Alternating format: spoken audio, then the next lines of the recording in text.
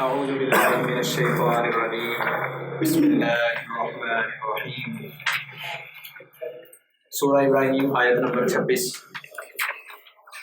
وَمَثَلُ، اور مثال، کلمۃ، بات کی، خبیثۃ، ایسی بات جو بری ہے، کشجرۃ، اس درخت کی طرح ہے، خبیثۃ،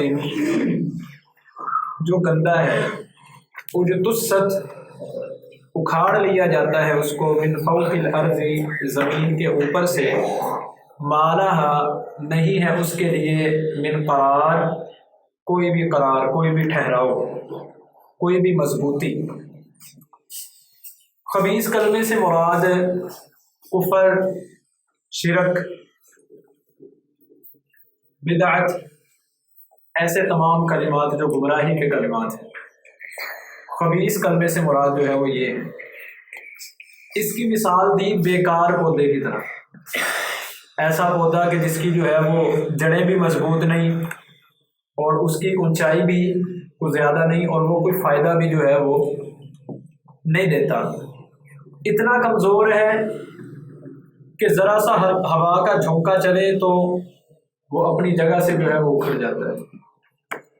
حضرت انس رضی اللہ تعالیٰ عنہ کی ایک حدیث، ان کا ایک قول جو ہے وہ جامع ترمذی میں ہے، جس میں وہ کہتے ہیں کہ اس پودے سے مراد یہ جو ہوتا ہے نا تمہ، جس کو ہم کہتے ہیں، وہ مراد ہے، یا ایک اندرائن کا پودا ہوتا ہے، اس سے مراد وہ ہے۔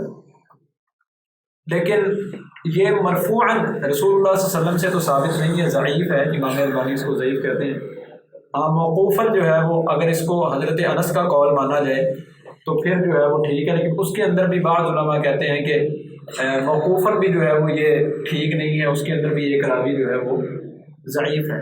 بہرکیف پودا جو ہے وہ فرضی ہے، یعنی ضروری نہیں ہے کہ کوئی پودا ہوگا ایسا، بعض بات فرض کر لیا جاتا ہے، کیونکہ برے سے برا پودا بھی ہونا وہ کوئی نہ کوئی یا تو غذائی فائدہ انسان کو پہنچاتا ہے، غذائی نہیں تو کوئی نہ کوئی دوائی فائدہ جو ہے وہ پہنچاتا ہے۔ بعض پودے ایسے ہوتے ہیں جن سے انسان دوائی حاصل کر لیتا ہے، بعض ایسے ہوتے ہیں جن سے غذا حاصل کر لیتا ہے، تو کوئی نہ کوئی پودا کسی نہ کسی صورت میں جو ہے وہ انسان کو کوئی نہ کوئی فائدہ پہنچاتا ضرور ہے، لیکن کفر و شرک انسان کو کوئی بھی فائدہ نہیں پہنچاتے، بدعت انسان کو کوئی بھی فائدہ نہیں پہنچاتی، یہ انسان کو بیکار ہی کرتے ہیں، انسان کو جو ہے وہ دنیا اور آخرت کے اندر ناکام ہی کرتے ہیں۔ اسی طرح کفر و شرک والے کا جو ہے وہ کوئی عمل جو ہے وہ قبول نہیں ہوتا، اور کفر و شرک اس قدر جو ہے وہ بودا ہے کہ تھوڑا سا غور و فکر آپ اگر کریں کفر و شرک کے اوپر تو اس کا بے حقیقت ہونا واضح ہو جاتا ہے۔ تو اس لیے اس کو جو ہے وہ بیکار پودے کے ساتھ جو ہے وہ مثال دی گئی ہے، کیونکہ کفر و شرک کا حقیقی وجود ہی کوئی نہیں ہے، اس کا کوئی جو ہے وہ تصور ہی نہیں ہے۔ یہ تو وہ جیسے قرآن کی وہ آیت میں نے سورۃ النجم کی پیش کی تھی، إِن يَتَّبِعُونَ إِلَّا الظَّنَّ وَمَا تَهْوَى الْأَنفُسُ، یہ تو صرف خواہشات کی اور گمان کی پیروی کا نام ہے، وگرنہ کفر و شرک کا جو ہے وہ حقیقی وجود ہے کوئی نہیں ہے۔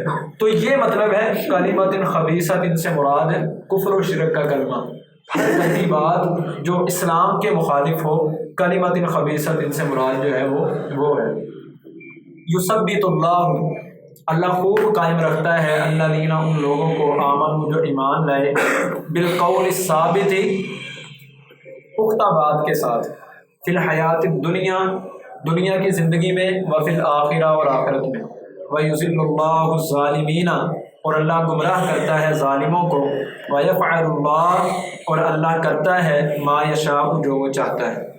قول ثابت سے مراد کلمہ شہادت اور عقیدہ توحید، بالقول ثابت، اس سے مراد کیا ہے؟ کلمہ شہادت اور عقیدہ توحید۔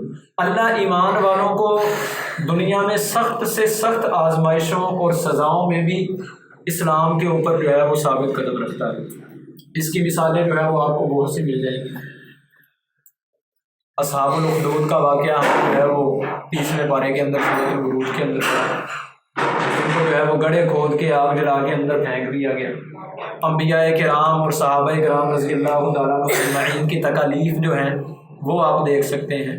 پھر رسول اللہ صلی اللہ علیہ وسلم کے صحابہ حضرت بلال، عمار بن یاسر اسی طرح حضرت یاسر، خباب ابن ارت رضی اللہ تعالیٰ عنہ، سمیہ، حضرت خبیب رضی اللہ عنہم اجمعین، ان تمام کی مثالیں جو ہے وہ ہمارے سامنے ہیں۔ حضرت ابراھیم علیہ السلام کو آگ میں پھینکا جانا، تو یہ تمام چیزیں، یہ تمام تکلیفیں اگر آپ سامنے رکھیں تو ان بڑی سے بڑی آزمائشوں میں، ان بڑی سے بڑی تکلیفوں میں ان لوگوں کو ایمان کے اوپر ثابت رکھنے والی چیز جو ہے وہ صرف اللہ رب العالمین کی ذات ہے۔ اس کلمے کے اوپر دیکھیں نا کتنی تکلیفیں آئیں، لیکن انہوں نے اس کلمے کو جو ہے وہ نہیں چھوڑا، اس دین کو جو ہے وہ نہیں چھوڑا۔ حالانکہ عورت کو ہم جو ہے وہ فطری طور پہ بڑا کمزور سمجھتے ہیں، بڑی کمزور دل سمجھتے ہیں، لیکن حضرت سمیہ کو 2 ٹکڑے کیا گیا، اسلام کی سب سے پہلی شہیدہ تھی، 2 ٹکڑے ہونا گوارا کیا ہے، لیکن دین کو، عقیدہ توحید کو چھوڑنا جو ہے وہ گوارا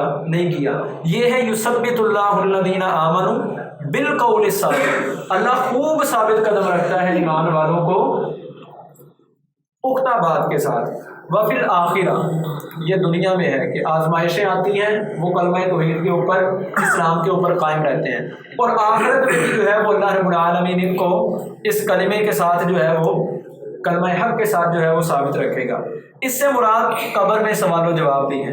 رسول اللہ صلی اللہ علیہ وسلم کی حدیث جو ہے وہ موجود ہے صحیح بخاری کے اندر، برا بن عازب رضی اللہ تعالیٰ عنہ بیان فرماتے ہیں کہ رسول اللہ صلی اللہ علیہ وسلم نے فرمایا، اذا اقعد المؤمن فی قبرہ اتی ثم شہد ان لا الہ الا اللہ وان محمد رسول اللہ فذلک قولہ یثبت اللہ الذین آمنوا بالقول الثابت۔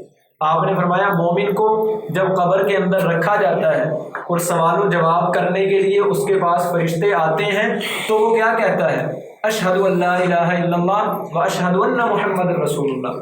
فرمایا یہ وہ آیت کا مطلب ہے یثبت اللہ الذین آمنوا بالقول الثابت، کہ اللہ نے اس کو قبر کے اندر بھی اسی کلمہ حق کے اوپر جو ہے وہ ثابت قدم رکھا ہے۔ اور جو ہے وہ اس کے علاوہ دیگر بھی جو ہے وہ احادیث اور تفاسیر جو ہے وہ ملتی ہیں کہ اس سے مراد جو ہے وہ قبر کے اندر جو ہے وہ مومن کا ثابت قدم رہنا ہے۔ رسول اللہ صلی اللہ علیہ وآلہ وسلم کی ایک لمبی حدیث جو ہے وہ صحیح بخاری میں ہی آتی ہے۔ آپ علیہ الصلوۃ والسلام نے فرمایا کہ بندہ جب جو ہے وہ اپنی قبر میں رکھا جاتا ہے تو اس کے ساتھی واپس چل پڑتے ہیں اس کو رکھنے کے بعد، اور یہ جو ہے وہ ان کے واپس پلٹنے کے جوتوں کی آواز کو جو ہے وہ سن رہا ہوتا ہے۔ اس کے پاس 2 فرشتے آ جاتے ہیں، اس کو بٹھاتے ہیں اور اس سے پوچھتے ہیں کہ تو کس شخص کے بارے میں کیا کہتا ہے؟ محمد رسول اللہ صلی اللہ علیہ وسلم کے بارے میں۔ تو وہ کہتا ہے کہ وہ محمد رسول اللہ صلی اللہ علیہ وسلم اللہ کے رسول ہیں۔ تو فرشتے اس سے کہتے ہیں کہ یہ جہنم کو دیکھ، اگر تو صحیح جواب نہ دیتا، تیرا عقیدہ یہ نہ ہوتا اس شخص کے بارے میں، تو پھر تیرا یہ انجام تھا، اب اللہ نے اس کے بدلے میں تجھے جنت دی ہے۔ تو رسول اللہ صلی اللہ علیہ وآلہ وسلم نے فرمایا کہ اس کی قبر کو جو ہے وہ وسیع کر دیا جاتا ہے، اور پھر منافق اور کافر اس کو جب قبر میں رکھا جاتا ہے، فرشتے آتے ہیں، اس سے پوچھتے ہیں کہ اس کے بارے میں کیا کہتا ہے؟ تو یہ کہتا ہے لا ادری، مجھے تو کوئی علم نہیں، میں تو نہیں جانتا، جو لوگ کہتے تھے میں بھی وہی کہتا رہا۔ تو اس کو جو ہے وہ جنت دکھائی جاتی ہے کہ یہ دیکھ، اگر تو عقیدہ توحید پہ قائم رہتا، تو یہاں پہ سوالوں کے جواب صحیح دے دیتا تو تیرا یہ انجام تھا، اب تیرا انجام جو ہے وہ دوسرا ہے۔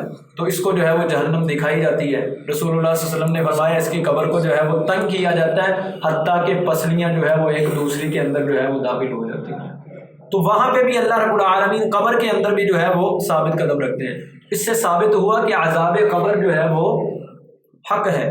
قرآن کے اندر بھی اس کی کئی زیادہ مثالیں موجود ہیں۔ امام بخاری نے بھی جو ہے وہ کئی مثالیں جو ہے وہ بیان فرمائی ہیں۔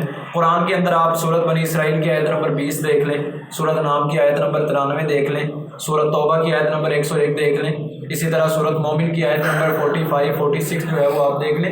ان تمام جگہوں پہ جو ہے وہ اللہ نے عذاب قبر کو بیان کیا ہے۔ تو یہاں پہ ان لوگوں کا جو ہے وہ انکار ہے، ان لوگوں کے اوپر رد ہے جو یہ کہتے ہیں کہ عذاب قبر جو ہے وہ حق نہیں ہے۔ اسی طرح رسول اللہ صلی اللہ علیہ وآلہ وسلم جو ہے وہ عذاب قبر سے پناہ مانگا کرتے تھے۔ تشہد کے بعد جو ہے وہ آپ دعا کیا کرتے تھے کہ اللہم انی اعوذ بک من عذاب القبر ومن عذاب جہنم، اللہ ہمیں عذاب قبر سے محفوظ فرمائے اور اللہ رب العالمین ہمیں عذاب جہنم سے محفوظ فرمائے۔ آپ صلی اللہ علیہ وسلم اس کی پناہ پکڑا کرتے تھے، اور محدثین نے لکھا ہے کہ تشہد کے بعد، درود کے بعد یہ دعائیں پڑھنا واجب ہے، اس کے بعد دوسری دعائیں پڑھی جائیں۔ تو یہ دعائیں رسول اللہ صلی اللہ علیہ وسلم جو ہے وہ پڑھا کرتے تھے۔ تو وَيُذِلُّ اللَّهُ الظَّالِمِينَ، اللہ ظالموں کو جو ہے وہ گمراہ کرتا ہے، وَيَفْعَلُ اللَّهُ مَا يَشَاءُ، اور اللہ جو چاہتا ہے کرتا ہے۔ یعنی اہل ایمان کو ثابت رکھنا، ظالموں کو ہدایت سے محروم رکھنا، اللہ جو چاہتا ہے وہ کرتا ہے۔ اگر وہ چاہتا تو دوسری مخلوقوں کی طرح جو ہے وہ یہ جو جن و انسان ہیں ان کو بھی مجبور کر دیتا اپنا حکم ماننے میں، لیکن اللہ رب العالمین نے ایسا نہیں کیا، بلکہ انا ہدیناہ السبیل اما شاکرا و اما کفورا۔ سورۃ دار میں فرمایا ہم نے ان کو رستہ دکھلا دیا، بس اب یہ شکر گزار بن جائیں یا میرے انکاری بن جائیں۔ تو یہ ہے یفعل اللہ ما یشاء، اللہ جو چاہتا ہے وہ کر کے دکھاتا ہے۔ تو یہ ہے ثابت قدم رہنا کلمہ حق کے اوپر، کہ دنیا کے اندر آنے والی آزمائشوں کے اوپر صبر کرنا، یہ ہے بالقول ثابت۔ کلمہ توحید کے ساتھ اللہ ثابت رکھتا ہے، اور قبر کے اندر فرشتوں کے سوالوں کے صحیح جواب دے دینا، یہ ہے فی الآخرہ، آخرت کے اندر بھی جو ہے وہ اللہ رب العالمین اس کو جو ہے وہ ثابت قدم رکھتا ہے، کیونکہ قبر کی زندگی شروع ہوگی جس کی اس کی قیامت شروع ہوگی۔ آپ نے فرمایا نا جو مر گیا اس کی قیامت جو ہے وہ شروع ہوگی، لہذا فی الآخرت اس مراد قبر کی زندگی ہے، یعنی قبر کے اندر بھی اللہ اس کو اس کلمہ حق کے اوپر جو ہے وہ قائم رکھیں گے۔ اللہ سے دعا ہے اللہ ہمیں اسی کلمہ حق کے اوپر قائم رکھے، اور اسی کے اوپر جو ہے وہ ہمیں موت آئے، اور اسی کے اوپر جو ہے وہ ہمارا خاتمہ بالایمان ہو، اور اللہ قبر کی جو ہے وہ سختیوں سے ہمیں محفوظ فرمائے۔ جزاکم اللہ خیرا، احسن اللہ۔